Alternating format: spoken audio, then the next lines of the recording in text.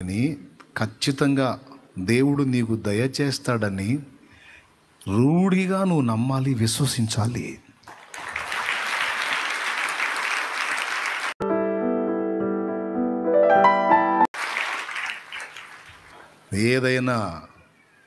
ఏదైనా దేని గురించి అయినా నీవు ప్రార్థనలో అడుగునప్పుడు ఆత్మ సంబంధమైనవేనా, పర సంబంధమైనవేనా, ఇహ సంబంధమైనవి కూడా పర సంబంధమైన దేవుని అడుగుతాం. మరి ఇహ సంబంధమైన వాటిని సైతాన్ని అడుగుదామా? నిద్రమోహముడు ఒక్కొక్కడు ఏం మాట్లాడతాడో అర్థం కాదు. వాడు నిద్రలో ఉండి మాట్లాడతాడో, తెలివిలో మెలుగుతూ ఉండి మాట్లాడతాడు. భౌతికమైన వాటికైనా ఆత్మ సంబంధమైన వాటికైనా రెండిటికి చాలిన వాడు యేసు ఒక్కడే.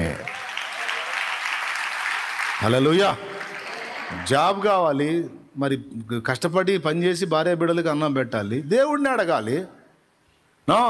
ఇక్కడ అడగాలి, ఇక్కడ విషయాలు అడగనేకూడదు మనం, పూర్తిగా పైనే. మరి పైకి పోయిందాక మరి కింద బతకాలంటే మన అన్న వస్త్రాలు, కుటుంబ వ్యవస్థ, వ్యవహారం, నడక అంతా కావాలిగా.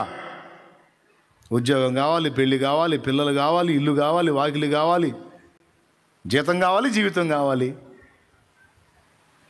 కాబట్టి ఇహ సంబంధమైన వాటిని దేవుడు ఇవ్వడు అనేది తప్పు. ఆకలైనప్పుడు అద్భుతం చేసి మరి రొట్టెలు పెట్టి కడుపు నింపాడు ఆ దేవుడే. జీవాహారమునిచ్చి ఆత్మలను బ్రతికించింది కూడా ఆ దేవుడే. వాని శరీరం బతకడానికి ఒక అద్భుతం చేసి 5 రొట్టెలు 2 చేపల్ని 1000 మంది కడుపులను నింపడానికి పెట్టిన ఆ దేవుడే ఆత్మలను రక్షించి నిత్య జీవం ఇవ్వడానికి తానే జీవాహారమై వచ్చి మనందరికీ ప్రతి ఆదివారం అందుబాటులోకి వస్తూ ఉన్నాడు. జీవాహారమో నీవని జీవజలము. మరి మీకు తెలియని పాటల, మీకు రాని పాటల? దేవునికి స్తోత్రం. కాబట్టి రెండిటికీ యేసే మనకు దిక్కు. కాబట్టి ఏదైనా ఆత్మ సంబంధమైన అడిగినా, భౌతికమైనవి అడిగినా, ఫస్ట్ అడిగేటప్పుడు ఏంటి ముందు చూడాల్సింది? దేవుని ఎదుట మన జీవితం ఎలా ఉంది, పాపం విషయంలో మన తీర్మానం ఎలా ఉంది, మన మారు మనసు దాని యొక్క నిశ్చయత ఎలా ఉందనేది క్లియర్గా మనం పరిశీలించుకొని శుద్ధీకరణ పొంది వెళ్ళాలి అందుబాటులోకి. ఇంట్లోకి వెళ్ళేటప్పుడు కాళ్ళు కడుక్కుంటాం, దేవాలయంలోకి వెళ్ళేటప్పుడు కాళ్ళు కడుక్కోవడానికి ఇష్టపడతాం. కాళ్ళు కడుక్కునే ప్రక్రియ ఏంటో తెలుసా? కాళ్ళకు దుమ్ము అయితే ఆ దుమ్ముతో దేవాలయంలో పోతే దేవుడికి ఏదో మలినం వంటిద్దని కాదు. కాళ్ళు నడతకు సాదృశ్యం. కాళ్ళు కడుగుట అంటే నడతలను కడుక్కొని వెళ్ళాలి దేవుని ముందుకి. నడతలను ఒప్పుకొని దిద్దుకొని మారు మనసు పొంది ఒక మంచి తీర్మానంతో దేవుని ముందుకు వెళితే దాన్ని బట్టి సంతోషిస్తాడు ఆయన. రెండవది, దేవుని దగ్గరికి వచ్చేవాడు, దేవుణ్ణి వెతకువాడు తన వెతకువారికి ఆయన ఫలం ఇస్తాడని, మొదట ఆయన ఉన్నాడని, తనను వెతకువారికి ఫలము దయచేయువాడని నమ్మాలి కదా. విశ్వసించిన వారి దగ్గర దేవుని కార్యం జరుగుతుంది, సందేహించే వాడి దగ్గర ఏ కార్యము జరగదు. దేవుడు ఎంత బలవంతుడైనా సరే ఈ అవిశ్వాసి జీవితంలో కార్యం చేయడానికి దేవుడికి అవకాశం లేదు. అందుకే మొత్తుకొని చెప్పాడు, విశ్వాసం ఉంచండారా, నమ్మండిరా నాయన, నమ్మండి తల్లి అని మొత్తుకుంది. అందుకు ఆయన సైతానుగాడు ఏం చేస్తాడు తెలుసా? దేవుడి కార్యాలు, శుభకరమైన కార్యాలు నమ్మేటట్టు చేయడాడు, అన్ని దరిద్రపైన నమ్మేటట్టు చేస్తాడు. వాడు ఒక టైపు విశ్వాసం పుట్టిస్తుంటాడు మనలోకి. వాడు పెద్ద కుట్రదారుడండి. కీడుకరమైన దర్శనాలు చూపిస్తాడు, నీకు కీడు కలుగుతున్నట్టు, మీ ఇంటి వరకు కీడు కలుగుతున్నట్టు, అట్లాంటి కళలు చూపించి అదే నమ్మేటట్టు చేస్తాడు వాడు. కొంతమంది ఎదురు చూస్తుంటారు. ఇప్పుడు పక్కింటోడు ఉన్నాడు, వాడికి కాలు ఇరిగినట్టు వచ్చింది దర్శనం వెనక్కి. ఇక ఆ రోజంతా పక్కింటోడికి వెళ్ళి చూస్తానే ఉంటాడు, వీడికి ఇంకా ఎరగలేదు, నా దర్శనం నెరవేరలేదు ఏందని. అర్థమైందా? ఇప్పుడు ఈయన దర్శనం నెరవేరాలంటే ఏం కావాలి? వాడు కాలు ఇరిగితే వాడు ఉద్యోగం పోయింది, ఉద్యోగం పోతే మరి భార్య బిడ్డల పరిస్థితి ఏంది? అయ్యాన్ని నాకు అనవసరం, నాకు చూపించాడు, వాడు ఎరగాల్సిందే. కొంతమంది ఈ టైప్ ఆఫ్ మూర్ఖులు ఉంటారు. నీకు ఎందుకు చూపించాడు? ఏదన్నా దేవుడే చూపించాడు అనుకో, ఏమని చూపించుంటాడు? ఒక కీడు దర్శనం చూపిస్తే ప్రార్థన చేయి, ఆ బిడ్డకి ఇలా శత్రువు కుట్ర పన్నాడు, నేను తప్పిస్తానని అంటాడు. ప్రార్థన చేస్తే తప్పిపోయింది. శత్రువు కూడా కొన్నిసార్లు అట్ట చూపిస్తాడు నీకు. కీడులు చూపిస్తాడు.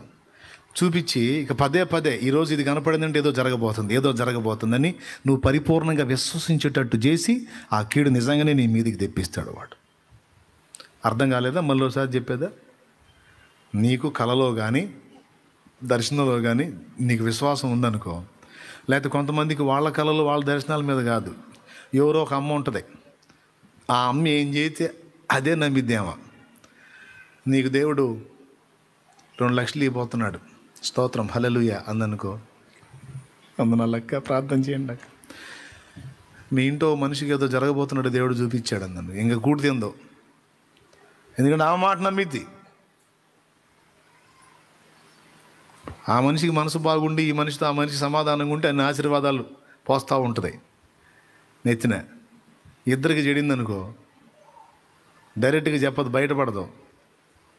ఎక్కడో నువ్వు దారి తప్పుతున్నావంట, దేవుడు మాత్రం శ్రమలకు అప్పచెప్తాను అంటున్నాడు, ఒక విషయంలో తేడా కనపడుతుంది, నీ ఇష్టం. ఎట్లాంటి టైప్ వాళ్ళు కూడా ఉన్నారు, నేను చూసా.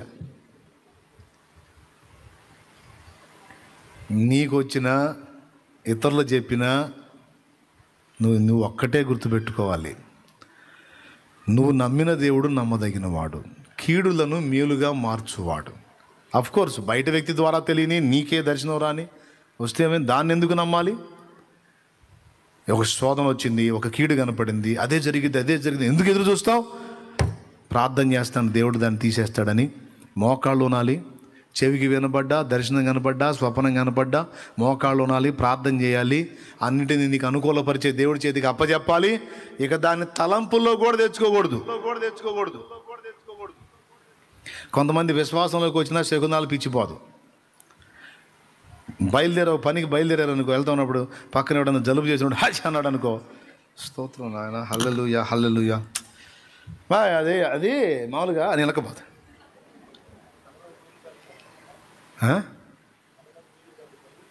అడిపోయి కొంతమంది క్రైస్తవులు చేస్తారా నీళ్ళు చల్లుకోవటం, ఏమో మరి నాకు తెలియదు. ఒక అడుగైతే వెనక్కిపోయి కాసేపు కూర్చొని మళ్ళీ వెళ్తారు.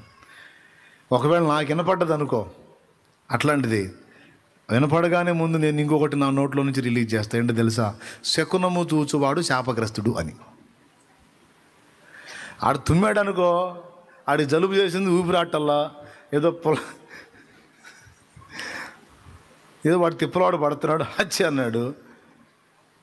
నాకెందుకు వాడు హత్య అంటే నాకెందుకు, అవు అంటే నాకెందుకు, తగ్గితే నాకేం, తుమ్మితే నాకెందుకు?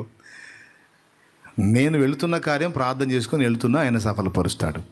అలాంటిది ఏదన్నా అభ్యంతరకరంగా అనిపిస్తే లోకస్తులు నమ్మేది ఒక్కటే మాట అనుకుంటా, ఈ శకునాన్ని నేను పాటిస్తే శాపగ్రస్తుడిని, నాకు వచ్చే బ్లెస్సింగ్ పోతుంది, శకునము చూచువాడు శాపగ్రస్తుడు అనుకొని ముందుకెళ్ళిపోతా, ఏం పట్టించుకోను. దేవునికి స్తోత్రం కలుగును గాక, హల్లెలూయా. కాబట్టి పిల్లారా, వాడు మన విశ్వాసాన్ని నెగిటివ్గా తీసుకెళ్ళి సైతానుగాడు కీడు ఫలితాలు, ఓటమి ఫలితాలు వచ్చేటట్టు కుట్రా. ఇప్పుడు ఏబున్నాడు, ఏది వచ్చునని నేను బహుగా భయపడితేనో అదే నా మీదికి వచ్చింది అన్నాడు ఏబు గ్రంథము 3:25. నాకు భీతి పుట్టించినదే నా మీదికి వచ్చింది, ఏది వచ్చునని నేను బహుగా భయపడితేనో అది నాకు సంభవించుచున్నదే అనడా లేదా?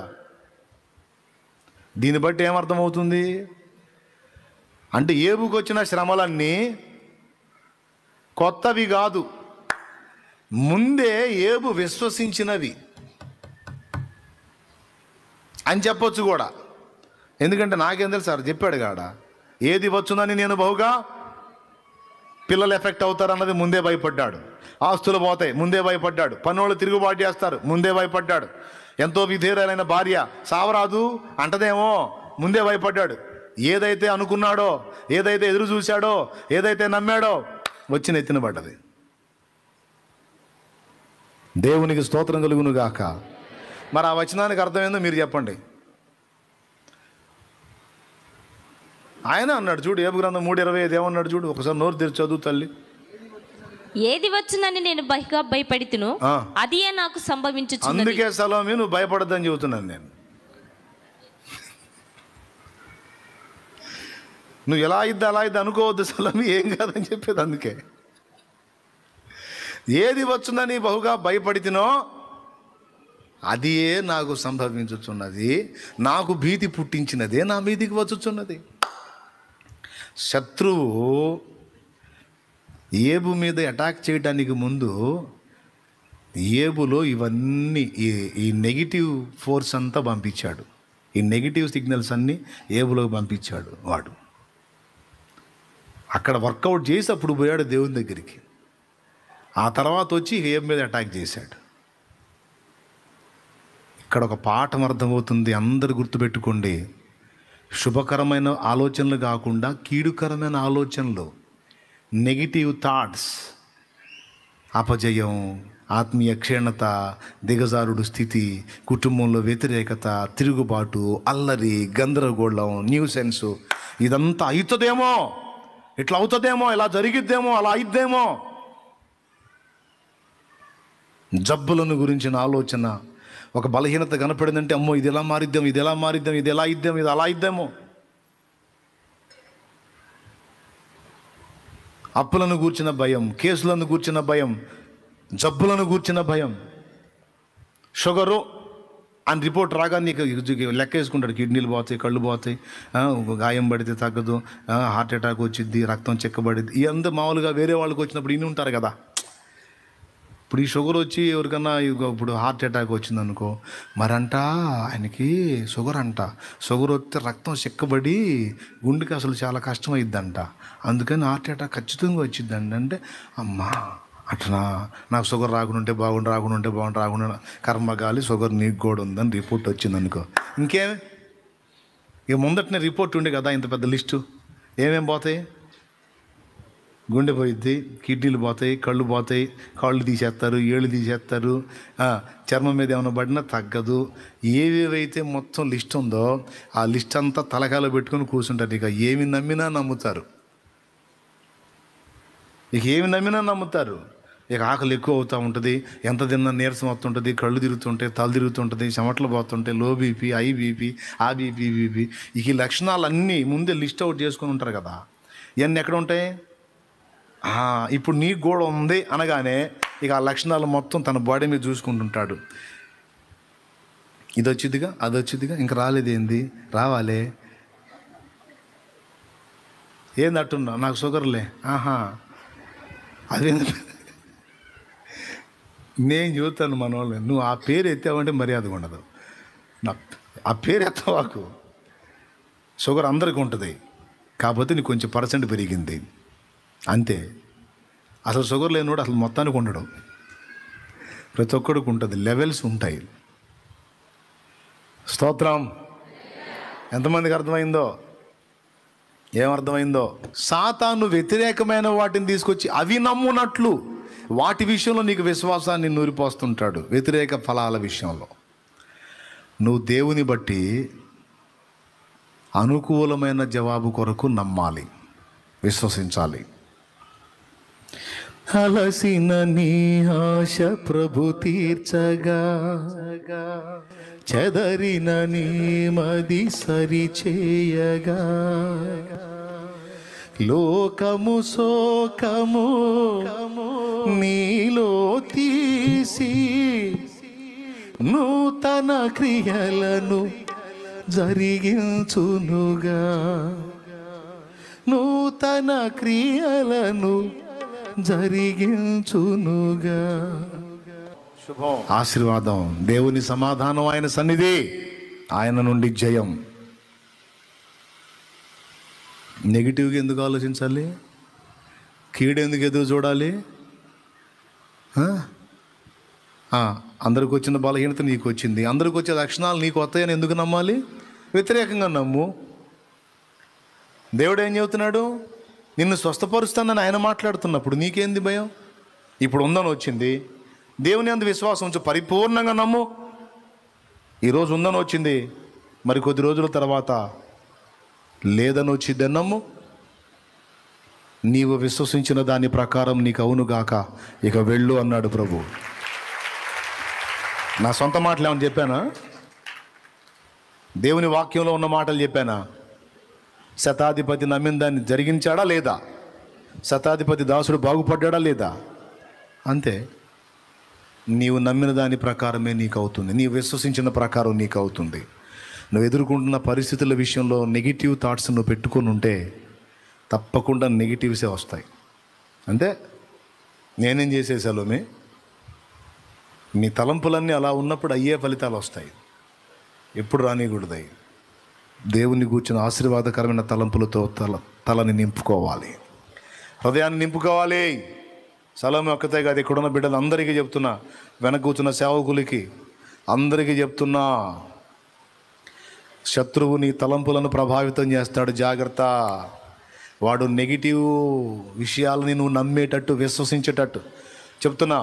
వ్యతిరేక ఫలాలు నెరవేరాలన్నా, అనుకూల ఫలాలు నెరవేరాలన్నా విశ్వాసమే ఆధారం, విశ్వాసమే ఆధారం. నువ్వు నమ్మిన దాన్ని బట్టే అనుకూలత, నువ్వు నమ్మిన దాన్ని బట్టే